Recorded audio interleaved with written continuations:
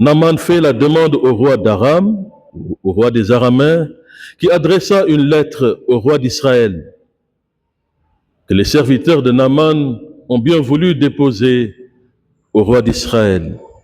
Lorsque le roi a vu ça, il s'est fâché. Dans la Bible, lorsqu'on dit que quelqu'un a déchiré ses vêtements, c'est-à-dire qu'il est en colère.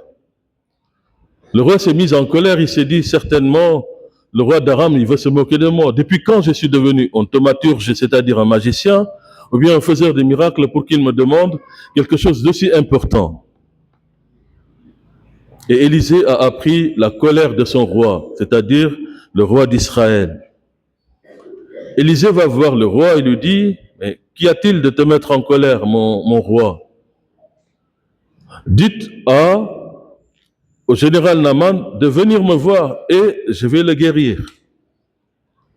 Alors la nouvelle parvint à Naaman qui fit la démarche.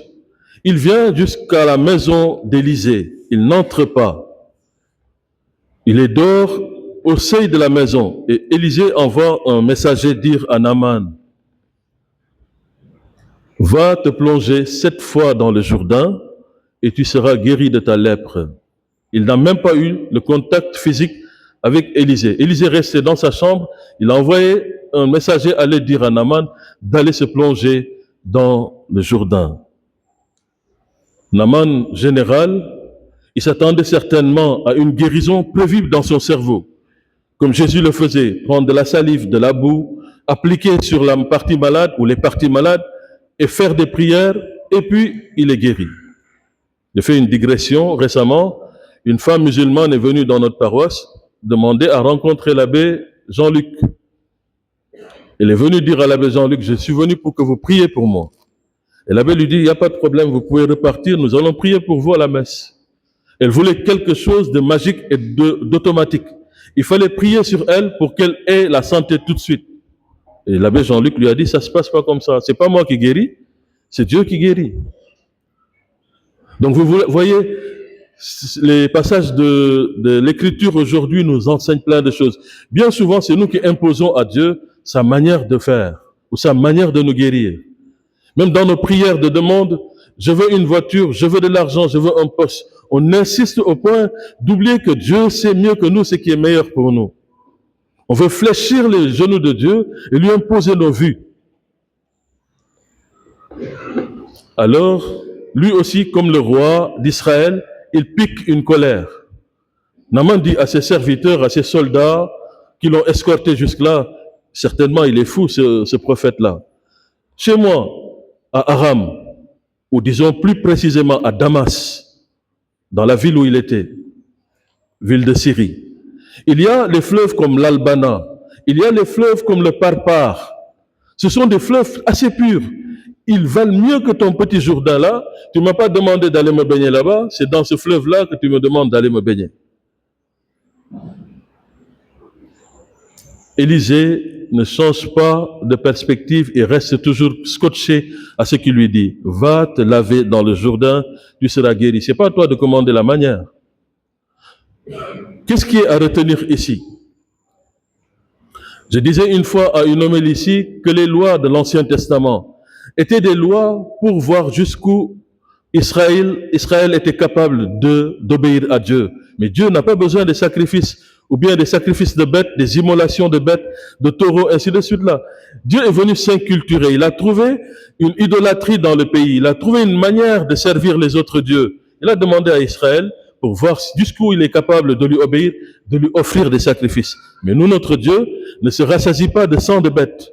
Et ça, c'est Jésus-Christ qui va venir nous faire comprendre que le seul sacrifice ultime, c'est celui de la croix, où il verse un sang pur, plus saint, plus pur que le sang des bêtes. Mais Israël n'a pas encore, dans la pédagogie divine, encore compris ce message, cette manière de faire de Dieu. Mais ça viendra. Alors les soldats supplient Naaman de descendre de sa montagne d'orgueil pour se faire humble. Il dit, obéis au moins et tu verras. C'est si simple ce qu'il t'a demandé, c'est pas compliqué. Si maintenant tu guéris pas, à la limite tu peux parler, mais va le faire. Naaman accepte de se baigner dans le Jourdain 7 fois, il sort du Jourdain, il est guéri. Ce n'est pas forcément l'eau du Jourdain qui a guéri Naaman, c'est son obéissance au rituel qu'on lui a soumis. Moi, je me suis baigné dans le Jourdain. Tous les gens qui ont fait le pèlerinage d'Israël en Terre Sainte, ils sont descendus certainement dans le Jourdain. On a simulé même notre baptême, mais on n'est pas forcément guéri. Ou peut-être qu'on est guéri spirituellement.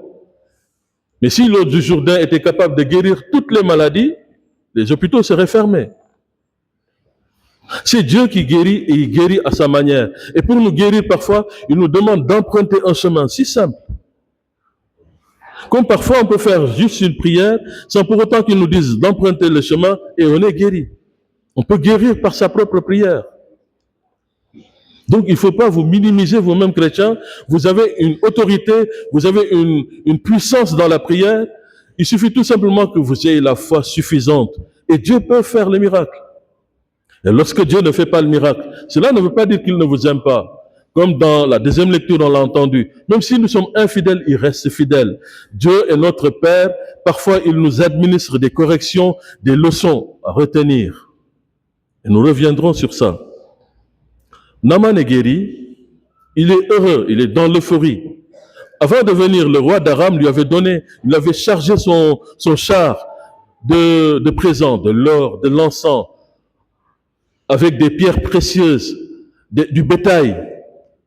Plein de choses à offrir au cas où il serait guéri. Et quand il était guéri, il a demandé à Élisée de prendre le présent, les cadeaux. Élisée a refusé. Il a dit, ce que j'ai fait, je l'ai fait au nom de mon Dieu d'Israël. Je n'ai pas besoin de cadeaux. Les textes d'aujourd'hui, comme je l'ai dit, sont richissimes. Il y a quelqu'un qui est proche de Élisée. Il s'appelle Géasi. Géasi est mal intentionné. Il est comme Judas.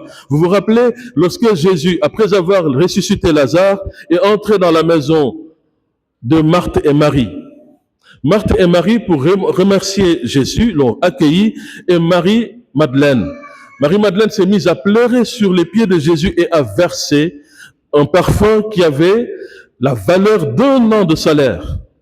On viendra sur les deniers de culte. On vous demande 10% de vos 1 an de salaire, ou de votre 1 an de salaire. Elle a donné un parfum qui vaut 1 an de salaire, pour dire merci à Dieu. Géasi préfigure Judas, c'est-à-dire que Géasi porte le visage de Judas. Géasi est de l'Ancien Testament, Judas est du Nouveau Testament. Judas a fait une remarque à Jésus. Il dit à Jésus, mais pourquoi est-ce qu'elle gaspille ce parfum-là? On aurait pu vendre ça pour à la limite en distribuer aux pauvres, sachant que c'est lui le trésorier. Quand on va lui donner l'argent, il était connu des apôtres que Judas avait l'habitude de voler la bourse qu'on lui confiait. Il piquait toujours l'argent là-dedans. Quand vous lisez les œuvres de Maria Valtorta, elle revient, l'évangile privé de Maria Valtorta, ça s'appelle l'évangile tel qu'il m'a été révélé. Elle nous apprend quelque chose d'important de la personnalité de Judas. Judas a toujours aimé l'argent, il a toujours aimé voler. Et c'est à cause de l'argent qu'il va trahir Jésus, qu'il va le vendre. On continue sur la personnalité de Géasi. Géasi donc va dire, comment dirais-je, il est témoin du refus de ce cadeau offert par Naaman.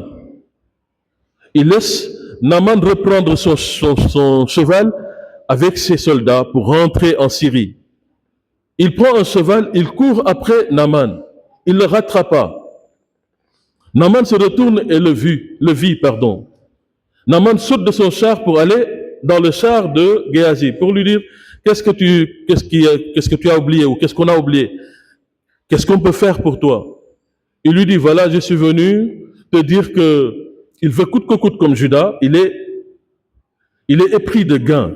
Il veut coûte que coûte goûter au présent que Naaman a apporté. Il dit, nous avons 2 hôtes, c'est-à-dire des étrangers qui vont arriver, mais ils n'ont pas assez d'habits de rechange.